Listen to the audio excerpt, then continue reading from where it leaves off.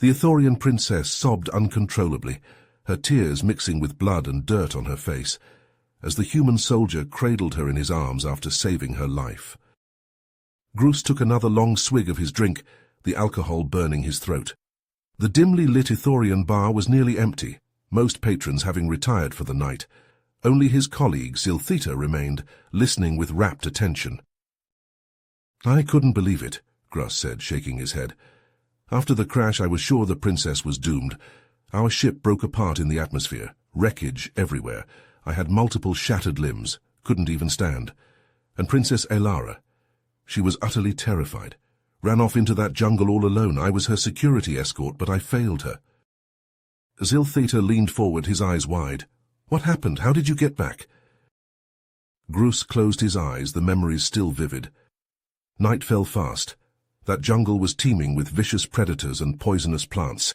I lay there bleeding and broken, knowing the princess was being hunted. I had no way to protect her. If she died on that brutal human colony world, it would have meant war between our people, a political nightmare, but I was powerless. He took another drink, savoring the strong liquor. But then, Grus looked up, meeting his friend's gaze.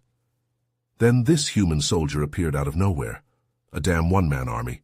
He single-handedly fought off the creatures stalking the princess and carried her back to me.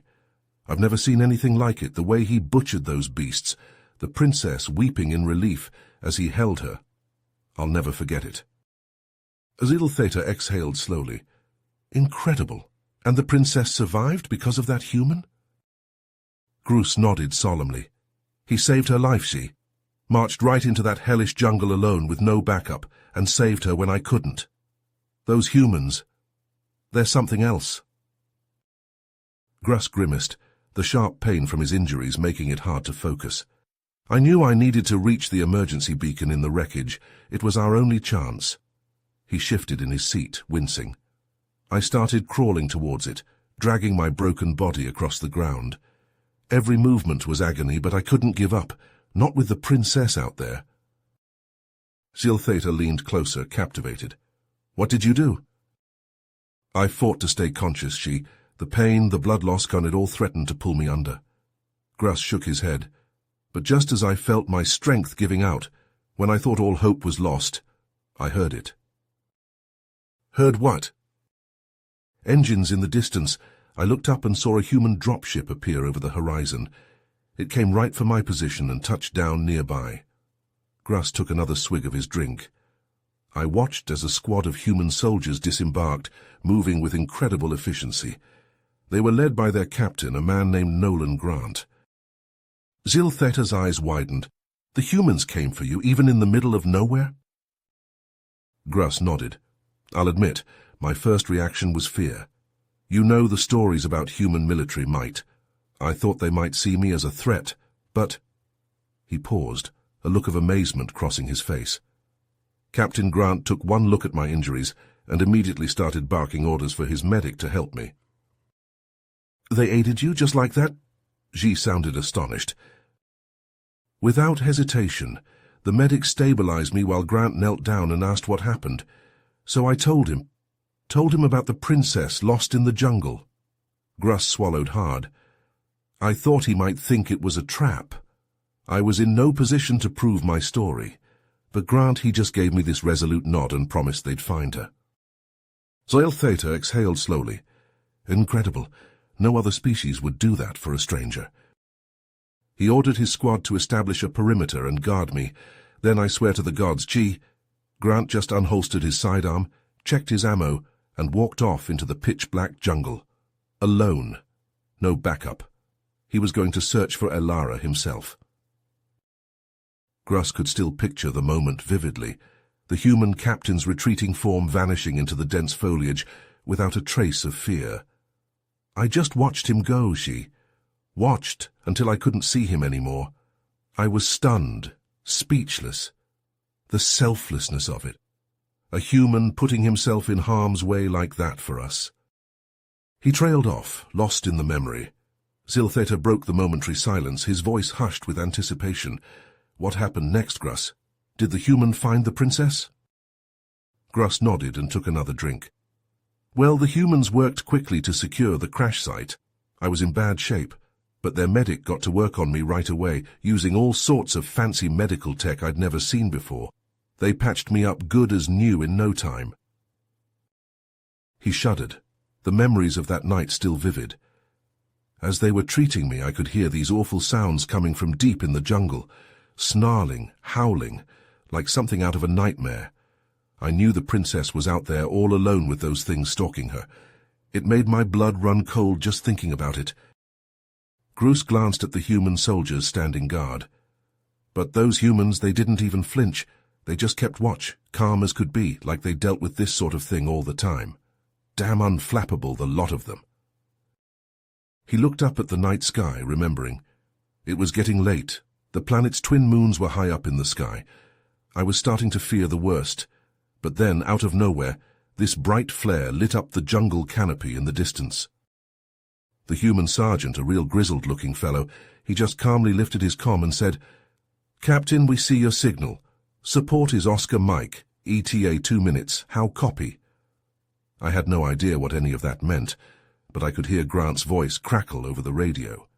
He sounded a bit winded, but totally in control. He replied, "Good copy, Sergeant. I've got the VIP. She's alive, but in pretty rough shape.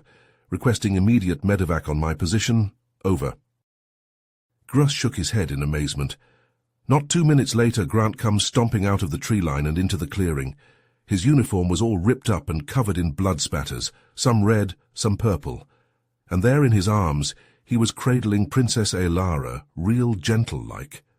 She had her face buried in his chest, clinging to him like he was the only solid thing in the universe. I could see her shaking, like all the terror and exhaustion was pouring out of her. Zilthita's eyes were wide as saucers. The princess was crying? In front of the humans? I've never heard of an Ithorian royal showing that kind of vulnerability, especially to a lesser species. Grus nodded solemnly. "You're telling me." But there she was, sobbing her eyes out as the human captain held her close, whispering to her softly, telling her she was safe now. He watched as Grant carefully handed Alara over to his medic, giving her hand a comforting squeeze. I was close enough to hear him tell her, "Just rest now, you're safe, I promise. We'll get you back home." And the princess? She reached up and touched his face like she couldn't believe he was real. She whispered, "You came for me, thank you." Grus smiled slightly, remembering the human's response. Grant, he just gave her this gentle smile and said, "Of course I did. No one gets left behind." Like it was the most natural thing in the world, risking his neck for one of us. Ziltheta shook his head in disbelief. Incredible. A human succeeding where our most elite warriors failed. I still can't wrap my head around it. He leaned forward eagerly. "So what happened next, Grus? Don't leave me in suspense." Grus nodded, taking another long pull from his drink before continuing. As soon as Grant brought the princess on board, the human medics swarmed around her like a well-oiled machine. They had her hooked up to all sorts of fancy equipment in seconds, stabilizing her vitals and assessing her injuries, with a level of efficiency I've never seen before. He leaned back, a look of admiration on his face. And Grant, he was right there in the thick of it, coordinating with the pilots to get us airborne ASAP. The man's leadership under pressure was truly a sight to behold. Grus shook his head, chuckling softly. Next thing I know, we're lifting off into the night sky. I found myself crammed into the troop bay with the rest of Grant's squad. You'd think they'd be all grim and serious after a mission like that, but not these humans. He grinned, remembering. They were laughing and joking around like they'd just come back from a leisurely stroll, not a life-or-death rescue op in hostile territory. The easy camaraderie they shared, even in the face of danger, it was unlike anything I'd ever witnessed. Grus's expression softened. But what really got me was how they treated the princess and me. Here we were, a couple of Ithorians who had no business being in their space, and they showed us nothing but gentleness and respect. Me, a battle-scarred soldier, and her, a royal dignitary. They didn't care. To them, we were just people in need of help. He took another swig, savoring the burn. When we touched down at their forward operating base, I was bracing myself for a cold reception. I mean, we were technically trespassing in human territory, but you should have seen it. Gruss's eyes widened at the memory. The top brass came rushing out to the landing pad, but not to chew us out or toss us in the brig. No, they were genuinely concerned for Elara's well-being. I'm talking commanders, diplomats, the whole shebang. They dropped everything to make sure she got the best possible care. He shook his head in disbelief. They summoned their top docs and xeno experts to tend to her injuries, sparing no expense. It was like she was one of their own, not some alien princess who fell into their laps by chance. Gruss's voice grew softer, more reflective. In the days that followed, as Elara and I recovered under the humans' care, I was constantly amazed by their hospitality. They treated us like honored guests, not burdens or interlopers. It was humbling to be shown such kindness by a species we'd always dismissed as uncivilized. A small smile played at the corners of his mouth. And Grant, that man never left the princess's side for long. He was always popping in to check on her, sharing stories about Earth and his people. You could see the genuine curiosity in his eyes as he asked her about Ithorian culture. And Elara... Gruss chuckled fondly. I've known that girl since she was knee-high to a bantha, and I've never seen her light up the way she did when Grant walked into the room. She hung on his every word, absolutely fascinated by this strange, brave human who had saved her life. He sighed, his eyes distant. When it finally came time for us to head back home, I thought Elara might have to be dragged away, kicking and screaming. She'd grown so attached to the humans, to Grant especially. Gruss's voice grew thick with emotion. As we were boarding our ship, the princess did something I never thought I'd see. She spun around, ran back to Grant, and threw her arms around him in a fierce hug. Tears were streaming down her face as she thanked him over and over for saving her. He smiled softly, remembering. And Grant, that tough-as-nails soldier. I swear I saw his eyes misting up as he hugged her back and wished her well. It was a sight I'll never forget, an Ithorian royal embracing a human warrior, two souls from different worlds brought together by extraordinary circumstances. Ziltheta shook his head slowly, wonder etched across his features. I'm speechless, Gruss. An interaction like that between one of our people and a human. It's utterly unprecedented. To think, a species we've so often written off as brutish and uncivilized, capable of such compassion and selflessness. He trailed off, his mind reeling with the implications of Gruss's tale. The two Ithorians sat in silence for a long moment, each lost in thought, as they contemplated the profound impact a single act of human bravery had on their perceptions of an entire species. Gruss sagged back in his chair, the weight of his tale seeming to press down on him like a physical force. He drew in a deep breath, meeting Ziltheta's stunned gaze. When we got back to Ithorian space, Princess Elara was changed, transformed by what she'd experienced with the humans. Ziltheta leaned forward, his eyes wide. Changed how?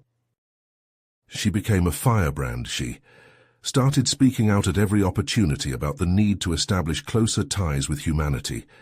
She'd stand before the royal court, her voice ringing with conviction, telling anyone who'd listen about the bravery and compassion Captain Grant and his soldiers had shown us. Gruss shook his head, a wry smile tugging at his lips.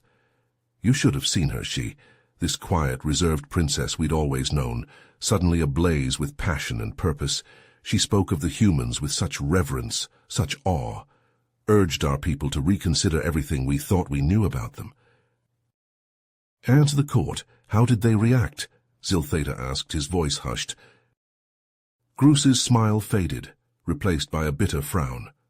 About as well as you'd expect. They dismissed her outright, clinging to their age-old prejudices and distrust of outsiders. The more Elara pushed, the more they dug in their heels. It was like watching an unstoppable force meet an immovable object. He sighed heavily, the sound laden with regret. I tried to support her as best I could, but I was just a soldier. My words carried little weight with the nobility. And then... Gruss trailed off, his gaze growing distant. Ziltheta prodded gently. And then what, Grus? She left, she abdicated her throne and fled Ithorian space, seeking asylum with the humans. It was the scandal of the century. The entire government was in an uproar, on the brink of collapse. Ziltheta gasped, his hand flying to his mouth. By the gods, and I had no idea. And you, what happened to you? Grus shrugged, a resigned gesture. I was forced out, quietly retired to avoid further embarrassment. My military career, all those years of service, gone in an instant, all because I dared to support the princess and her vision of a better future with the humans. He drained the last dregs of his drink, setting the empty glass down with a heavy thunk. And the worst part, in the end, it was our own damn fault, our stubbornness, our blind prejudice. That's what drove Elara away, not the humans we blamed for so long. Grus leaned forward, his eyes boring into Ziltheta's. We did this to ourselves, and we're poorer for it, having lost one of our brightest lights and one of our most loyal protectors, all because we couldn't see past our own narrow-mindedness. Ziltheta sat motionless, his expression a mask of shock and disbelief. I don't know what to say, Grus. This is all so much to process. To think, we've been so wrong about humanity for so long. He shook his head slowly, as if trying to clear the cobwebs from his mind. What a tragedy, what a senseless waste. If only our leaders had listened, had been willing to open their hearts and minds. Grus hummed in agreement, his gaze turning inward. Indeed, we can only hope that someday our people will learn from this, that Elara's sacrifice won't have been for nothing. But I fear that change will be slow to come to Ithor. We're a stubborn bunch, set in our ways. The two Ithorians fell silent, each retreating into their own troubled thoughts. The weight of Grus's story hung heavy in the air between them, a palpable presence. In the stillness of the near-empty bar, Ziltheta finally spoke, his voice little more than a whisper. Do you think she's happy out there, Grus? The princess. Among the humans she fought so hard to defend. You have reached the end of the story. If you enjoyed this story and want to support us, please leave a like and subscribe to our channel, and for every comment that says 88, I will heart every single one of them. Thank you for your time.